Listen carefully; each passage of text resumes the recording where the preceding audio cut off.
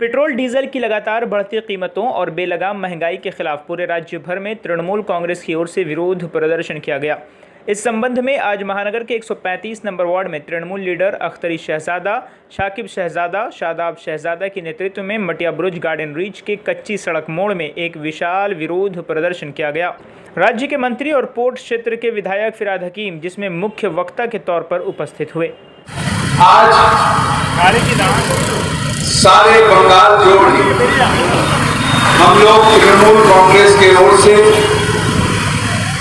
हम लोग पेट्रोल और डीजल के दाम जिस हद तक बढ़ गई है उसके विरोध कर रहे हैं।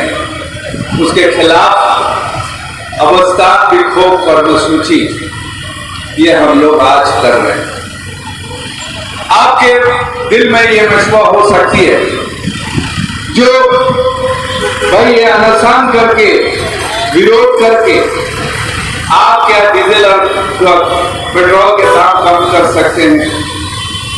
मैं कहता हूं मगर हमें हिंदुस्तान में गांधी जी के रास्ता में रह के हमें नॉन वायलेंट वे से अपना प्रोटेस्ट करना चाहिए। हमारे लिए ये मुमकिन नहीं है जो जितने पेट्रोल पंप पर उसमें जाके टेररिस्ट के तरह आग लगा देंगे। हमें हमारे जो बात है ये आवाम तक पहुंचाने के लिए हमें डेमोक्रेटिक कायदा से और नॉन वायलेंस वे से हमें गांधी जी के दिखाए हुए रास्ता में अपने जो प्रोटेस्ट है, अपना जो विरोध है, इसे हमें दिखाना है। जनता के ऊपर में, आवाम के ऊपर में जो महंगाई का बोझ है, अब आम जनता से ये बोझ बर्दाश्त नहीं हो रहा। उसके ऊपर से जो पिछले 2 साल से लॉकडाउन का माहौल है, कारोबार ख़त्म हो रहा है, महंगाई आसमान छूते चली जा रही है, रोज़मर्रा की चीज़ों को हासिल करना मुश्किल हो गया है। तो हम लोग जिस नेत्री के आदेश पर चलते हैं वो गरीबों की हमदर्द है, आवाम की चाहने वाली है, आवाम की परेशानियों को समझती हैं। तो जैसा उनका आदेश हुआ कि हम लोग पेट्रोल और डीजल के खिलाफ, महंगाई के खिलाफ उतरे सड़कों पर, उनके आदेश के मुताबिक और ज़रूरत के मुताबिक हम लोग आज सड़क पर आए और इंशाअल्लाह ताला जब तक होगा हम लोग इसके लिए लड़ते रहेंगे। देखिए, जब एक कहावत है कि एक जंगल था, जब वहाँ पर आग लग जाता है तो वो बहुत सारे जानवर वहाँ पर जाते हैं आग बुझाने के लिए। वहाँ पर एक छोटी सी चिड़िया भी जाती है अपने चोंच में पानी लेकर बुझाने के लिए। तो कोई उससे पूछता है कि तुम्हारे इस चोंच के पानी से क्या आग बुझ जाएगा? तो चिड़िया कहती है कि भले ही इस पानी से मेरा आग नहीं बुझे, लेकिन जब इतिहास में नाम लिया जाएगा तो मेरा भी नाम आएगा कि मैंने भी कोशिश की थी इस आग को बुझाने के लिए। तो ये एक तृणमूल कांग्रेस जो आज एक स्टेट लेवल का एक पार्टी है, ये इसकी तरफ से एक कोशिश है, हम लोगों की सीएम की तरफ से एक कोशिश है। इंशाअल्लाह ताला जब इतिहास में नाम आएगा और इस कोशिश को जब कामयाबी मिलेगी तो इस कोशिश के कामयाबी के नाम पर सबसे ऊपर नाम ममता बनर्जी को होने वाला है। लिहाजा हम लोग इस कोशिश में सबसे आगे हैं और उम्मीद करते हैं कि ये कोशिश रंग लाएगा। जिम्मेदार कौन? ये आज जो पूरे देश में जो सिर्फ महंगाई नहीं, बेरोजगारी हो या फिर तालीम के रास्ते पर अगर कोई कमी देखेंगे तो जिम्मेदार कौन? जब कोई इंसान अपने ऊपर किसी चीज़ की जिम्मेदारी लेता है तो उसका हक बनता है कि उस जिम्मेदारी को पूरा करने की पूरी कोशिश करे। आज पूरे मुल्क का जिम्मेदार सिर्फ और सिर्फ 2 इंसान बनकर बैठा हुआ है, वो नरेंद्र मोदी और अमित शाह। जब उन लोगों ने अपने सर पर इस ताज को पहनने की खुशनसीबी हासिल करने की कोशिश की है तो फिर इसकी जिम्मेदारी को भी उन्हीं को लेना पड़ेगा। और मेरे ख्याल में आज पूरा जिम्मेदार बीजेपी सरकार और नरेंद्र मोदी और अमित शाह है। जो देश का बुरा हाल है सिर्फ और सिर्फ ये लोग जिम्मेदार हैं। अच्छे दिन अगर आए होते तो हम लोगों को इस चिलचिलाती धूप में, इस मौसम में रास्ते पर उतर के इस तरह का रैली या एहतजाज नहीं करना पड़ता। अच्छे दिन अगर आए होते तो पेट्रोल की दाम जो है वो सेंचुरी नहीं लगा चुकी होती। अच्छे दिन अगर आए होते तो खाने पीने के इसेंशियल आइटम्स के दाम आसमान नहीं छू रहे होते हैं। अगर इसी अच्छे दिन का वादा किया था नरेंद्र मोदी सरकार ने 2014 में, तो रहने दो है अच्छे दिन, हमें हमारे बुरे दिन वापस कर दो। कोई अच्छा काम किया जाता है तो उसके लिए सेंट्रल गवर्नमेंट जो होती है उसका तमगा अपने सीने पे लगाती है, और बुरा होता है तो उस स्टेट गवर्नमेंट के सर में थोपा जाता है। भाई 2014 में जब सरकार बीजेपी की नहीं थी और उस वक्त 102 रुपये प्रति बैरल क्रूड ऑयल का दाम था इंटरनेशनल मार्केट में, तो पेट्रोल और डीजल का दाम आप लोगों को याद था कि क्या था? 70 रुपये।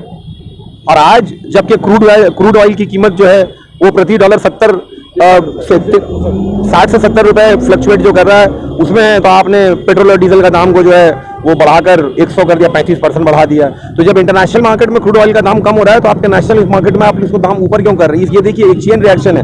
उन्होंने अपने पैसे को जिस फालतू खर्च में इस्तेमाल किया बीजेपी गवर्नमेंट ने आम जनता के पैसे को, कि आज तेल और डीजल और इसेंशियल आइटम्स को बेचकर उसका भरपाया करना चाहती है। इस आवाम को जो कोरोना महामारी में अभी जिस तरह से हालत खराब है उसको बद से बदतर करती जा रही है गवर्नमेंट। ये गवर्नमेंट पूरी फेलियर है, इसकी पॉलिसीज पूरे फेलियर हैं। ये टाइम आ गया है कि जो मगरबी बंगाल की जनता ने इलेक्शंस में धूल चटवाया बीजेपी को, वो 2022 में रिपीट करना होगा यूपी को, और 2024 में पूरे हिंदुस्तान को रिपीट करके बीजेपी को दरवाजा दिखाना होगा बाहर जाने का। भाई हेल्थ मिनिस्टर को हटा के दूसरे हेल्थ मिनिस्टर को जे लेके आए। उनका ट्वीट आपने देखा अभी 2 साल पहले वाला ट्वीट, इंडिपेंडेंट इंडिया की स्पेलिंग जिन्हें लिखने नहीं आती है। वैसे अगर मिनिस्टर हो, जिस प्रधानमंत्री का कोई सर्टिफिकेट नहीं हो, एजुकेशनल बैकग्राउंड नहीं, वो प्रधानमंत्री हो, तो भाई भगवान ही भरोसे है। नो डाउट राम करते हैं, पर अभी जो सरकार चली वो राम भरोसे ही चल रही है, इसको याद रखिए। और ये सरकार जो है हालत को बुरे से बुरा करने वाली है। अब भी अगर जाग जाए अवाम तो सवेरा है, वरना देर हो जाएगा, और बहुत देर हो गया तो फिर इलेक्शन सिर्फ एक ही मुद्दे पे तो ये लड़ते हैं कि दाहिने क्या चल रहा है, बाएं क्या चल रहा है, कि पाकिस्तान कितना खराब उसका इकोनॉमी हो रहा है, तो चाइना का भी बताओ कि उसका इकोनॉमी बहुत अच्छा हो रहा है। या पाकिस्तान में मान लो कोई प्रॉब्लम होती तो हमें उससे क्या लेना, पाकिस्तान अरेबियन सी में डूब जाए। कि बहुत हुई महंगाई की मार, और अब की बार बीजेपी सरकार, इस बार यही नारा दूसरे तरीके से लगना चाहिए कि बहुत हुई महंगाई की मार, और नहीं फेंकू सरकार, और नहीं मोदी सरकार, और नहीं बीजेपी सरकार।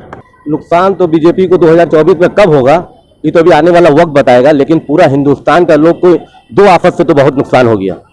एक 2014 में मोदी 14 और कोविड-19, ये 2 आफत, एक आसमानी आफत और एक जमीनी आफत जिसका नाम है मोदी, जो घर घर में ना कोरोना से लोग को बचा सक रहा है और ना भूखमरी के कगार से बचा सक रहा है। लोग मरने के कगार पे खड़े हैं। वैक्सीन नहीं है तो मेजर प्रॉब्लम, दूसरा घर में अनाज नहीं है क्योंकि दाम इतना बढ़ रहा है, बेरोजगारी इतना कर दिया है मोदी गवर्नमेंट ने कि मोदी का पैरा समझ लीजिए अच्छा ही नहीं है हिंदुस्तान में। इसीलिए कोई मंत्रालय नहीं बदल के खुद पीएम को बदल देना होगा। आने वाले वक्त में हर लोग को एक हो जाना होगा, हिंदू हो मुसलमान हो, सब भूख के कगार पे खड़े हैं और भूखमरी का शिकार हो जाएंगे, कहत साली पड़ जाएगा हिंदुस्तान में। जिस तरह मोदी जी ने जो कर दिया है, पेट्रोल का दाम 50 पैसा बढ़ा के आज जो है 100 पार कर दिए, तो आने वाला 2024 तक का लग रहा है डबल सेंचुरी लगा देंगे। कहे कि मोदी जी तो यम है, वो सुनना चाहते हैं कि सिर्फ मुकाम्बो खुश हुआ, वो अपना खुशी के लिए जी रहे हैं। अब पूरा 125 जनता हिंदुस्तान का आवाम मौत के कगार पे खड़ा है।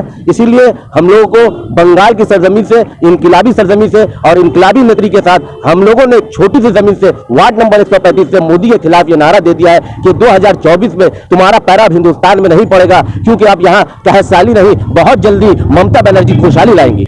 जब कुछ इस किस्म का वाकया होता है तो बिल्कुल शुरू में तो पता नहीं चलता है, लेकिन फेक वैक्सीनेशन को लेकर यही कहना चाहेंगे कि जो भी हुआ है मिसगाइड करने की कोशिश की गई है, तो उस चीज़ से हम लोगों को होशियार रहना है। और बहुत सब इसमें तो गवर्नर का भी फोटो आया है, हमने देखा है कि सिर्फ ये नहीं, हम लोग जगदीप सिंह धनखड़ उनका भी फोटो उस फेक वैक्सीनेशन के जो सरगना थे उनके साथ फोटो आया है। तो मेरे ख्याल से इसके लिए सब जिम्मेदार होते हैं कि जिस तरह से वैक्सीनेशन का फेक वैक्सीनेशन का जो पिक्चर सबका आया है, वायरल हुआ है, तो इसके लिए जो जिम्मेदारी जो है सबको मिल के लेनी चाहिए।